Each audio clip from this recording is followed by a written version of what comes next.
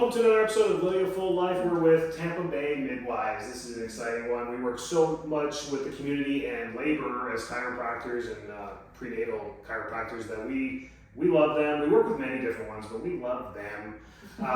It's honestly great. We're going to go through some stuff about midwifery. If you've been through midwives before, then you know.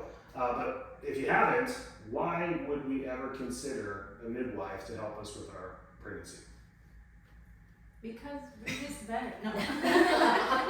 But because we want people to know that we have choices in this, right? We learned growing up that you get pregnant, you go to the hospital, you have a baby, and you kind of just do what you're told to do, but that's not really how it works. So when you seek out midwifery care, you're getting a completely different experience where you are kind of in control, and you have your provider who is listening, but also giving you helpful hints and informed consent just to kind of navigate through pregnancy, birth, and postpartum. Yeah, and it's a more one-on-one type of relationship, obviously. We have the online, not the online, but the on-call 24/7, which is awesome. Business hours, business things, we like to keep it 9 to 5, but emergencies, they can get a hold of a midwife like that. And they don't have that. Someone this morning called upset because she had some issue. She never would have gotten through to her OB as someone who's, hadn't established care completely.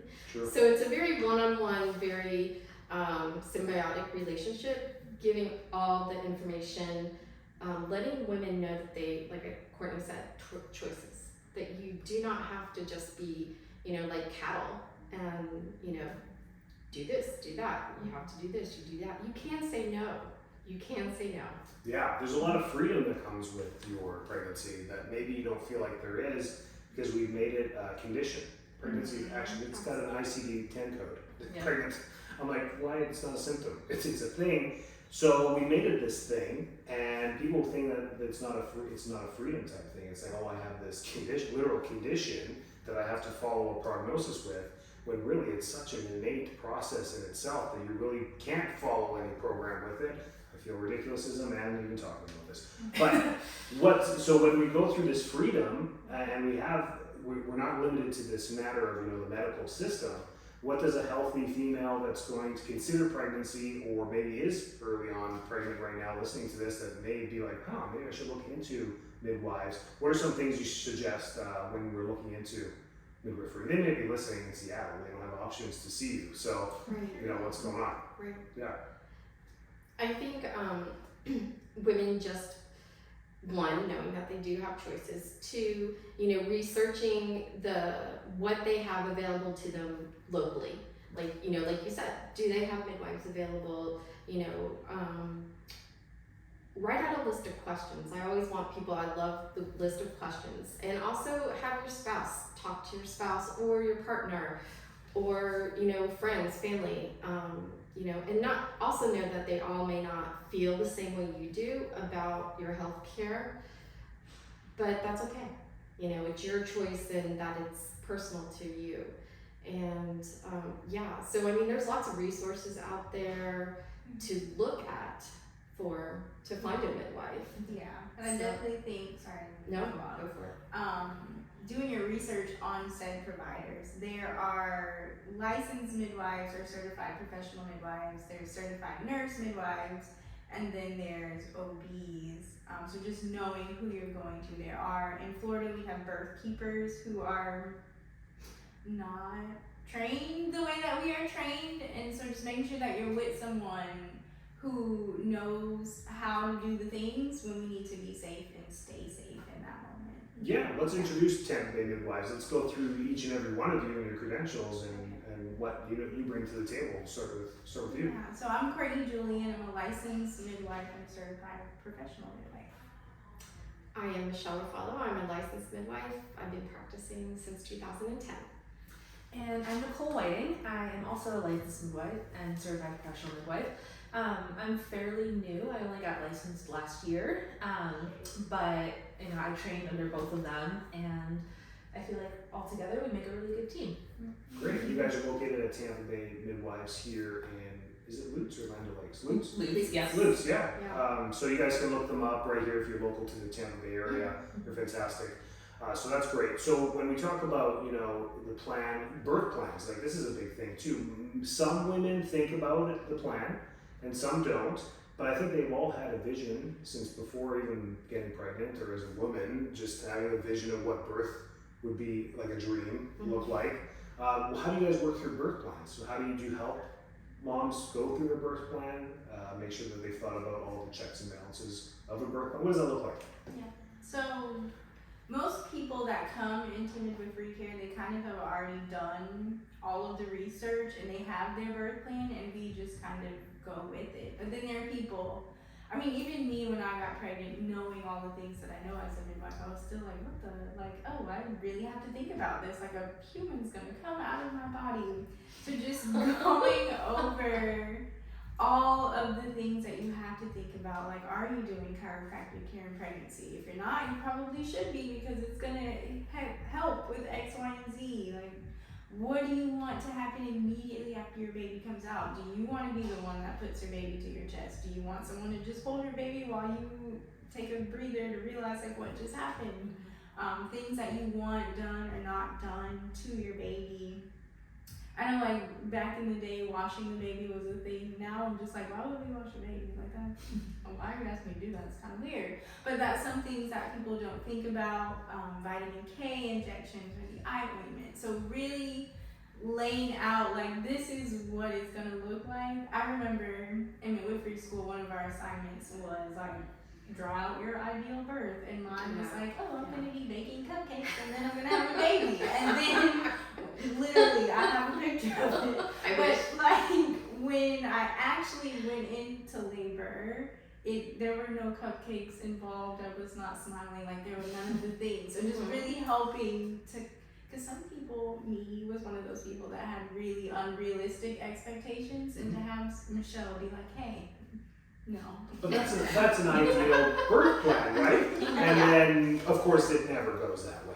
But by having it, I call it the blueprint. Sometimes you can't build the house without the blueprint. Yes. And even though you start building the house, sometimes you have to change the kitchen, you gotta change a wall, and it may not end up the same way. I think that's how birth is too. So if you're overlooking a birth plan, I highly suggest not to have some type of plan, some boundaries that don't get crossed. Right? Yeah, and I mean, also keeping an open mind, because birth is unpredictable, and we just, as licensed midwives in the state of Florida, we undergo a rigorous educational training, 3 years plus basically 2.5 year internship.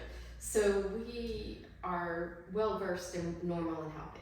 So, we're going to take care of our moms and make sure everyone's normal and stays within that range and have a great birth and no issues. So, Nice. yeah. Nice. What are some things that you find midwifery just kind of sails above everything else when patients actually end up using it?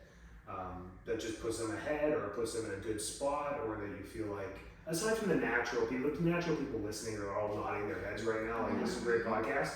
The other ones are like crossing their arms and like, well, wait a minute, I didn't even thought about this. I didn't even know this was an option. What does it look like? How do I even get into this? I'm already tied to my insurance, my OBG, or this hospital. I did all that homework. So just go through that little navigation, because I think people who are curious might be asking those questions. I think it starts with the phone call, and just asking, so hey, I have insurance, what does that look like for you? We aren't contracted with any insurances, but some insurances offer out of network, so we work with a company that will help you get that coverage taken care of. But yeah, the best place to start is just with a phone call to ask all of the questions, or it can be an Instagram DM or a comment on something. You will get a response of just like, hey, yeah, congratulations on your pregnancy. Or sometimes I just ask, like, are we excited about this, or how are we feeling, just so I can address it appropriately. But so we start with our phone call, and then we set up our very first appointment. that can be at 8 weeks, that can be at 32 weeks when you were just finding out about midwifery care. You've already been in OB care. It's just a matter of like, all right, let's get some records going to make sure that you are in that healthy low risk category and can have a safe out of hospital birth. Nice. So there's a qualification process for all that as well. Yes, we have a risk assessment that we have to follow, and as long as they have the records and the records, look good and they're, normal and healthy, we will take them. We will take late transfers and have no problem with it. Great. Yeah, I think the difference what you got at a little bit between midwives, I think, is the bond and the communication. But I mean, our clients become like our families. Yeah. So it's more intimate, definitely. Yeah.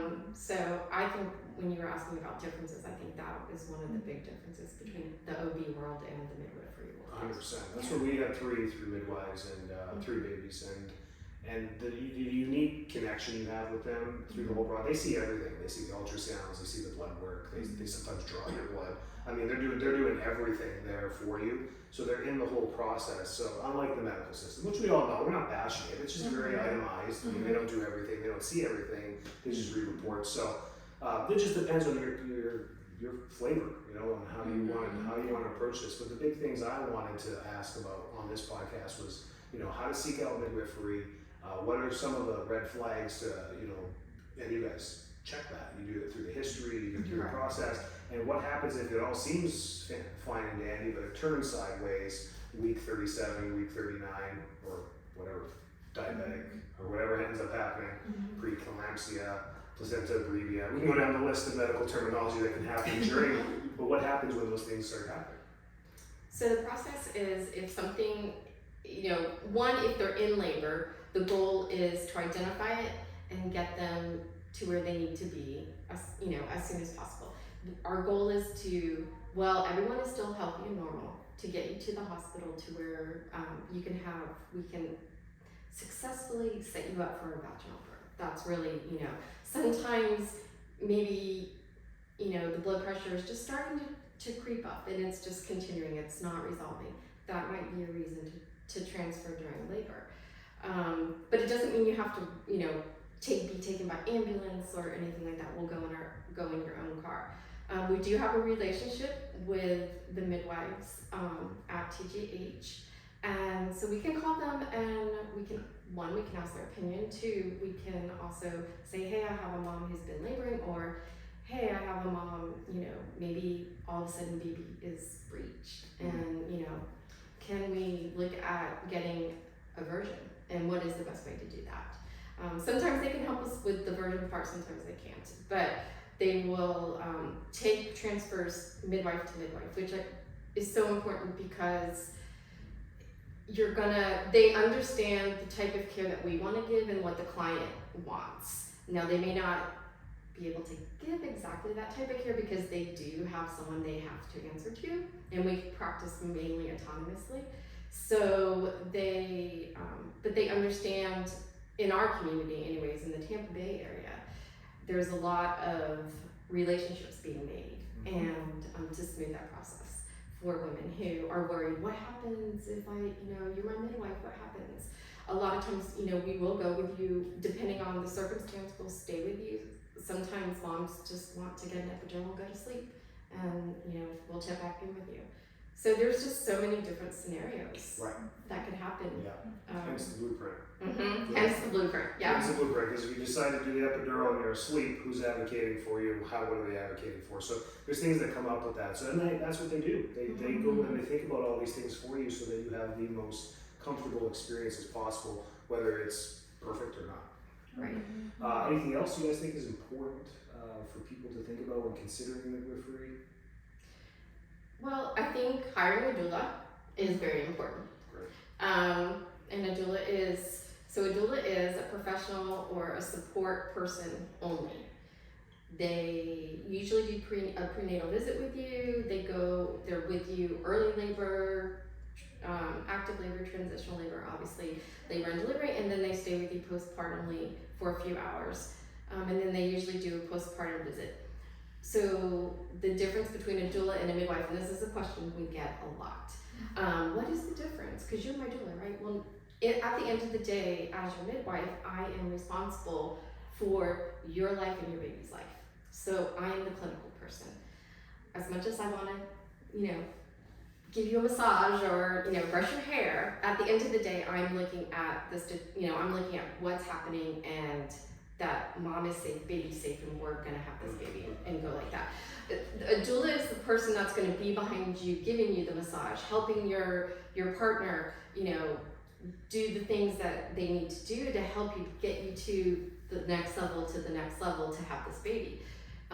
If you are looking for a doula and they want to take your blood pressure, check your cervix, do more medical, listen to the baby, they are not acting as a doula. They're acting as a medical professional without a license.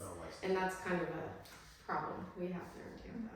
Oh wow, okay, good. Yeah, so that kind of hence why I'm touching on it, because it's a problem. Yeah, okay, that's important. I mean, we all have our lanes because we have the credentialing with the Florida Department of Health to do what we do here in Florida, but every state has that as well, and there's federal guidelines as well, so don't mess with that stuff. Anything else that sparked? I think knowing that nothing is set in stone. Right. So if you are with an OB provider and you want to switch over, that is an option. But just because you come into midwifery care, you may decide, like, actually, I was just kidding, I want an epidural. We are not going to be like, oh no, you said, like, we're going to support you and make you feel empowered. Sometimes you think you can, like, oh yeah, this is not going to bother me, but the body keeps score. It's a great book if you haven't read that. But things come up in labor where you're like, oh no, it's taking me back somewhere else, and you need to be in control in whatever ways that you need that. We want to support that. So just know that, like, you have options and you can change your mind, but you want a strong, solid team that's going to support you in whatever decision that you make. Love that.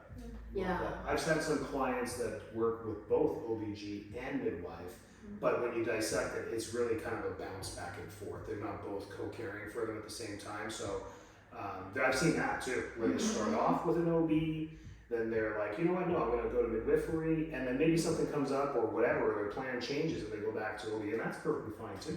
Because they're happy to help. They're totally happy to help. So that's great too. But I think a question that sometimes comes up, can I have both at the same time?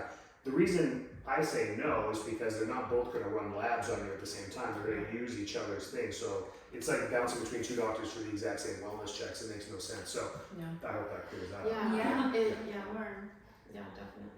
But again, it all comes down to a choice, and we support everyone's choice. Like Courtney said, if you want an epidural, let's go. Girlfriend, we're gonna take you to the hospital. We're gonna have the best epidural ever, and then we're also gonna help you, avoid any other cascade interventions that might happen, but it doesn't matter. We're there to support you 110%. Nice, perfect, love it. Anything else? No. Yeah, so if you're thinking about having a baby, you call Tampa Bay Midwives. If you're 8 weeks pregnant, you call Tampa Bay Midwives. If you were 31 weeks pregnant, you call Tampa Bay Midwives. Yeah. If you have the baby, call them next time. All right. Sounds like a plan. If you have a baby, Right. next time. Right. There you go. Thanks, guys. Okay. Thank you. Awesome. Thank you.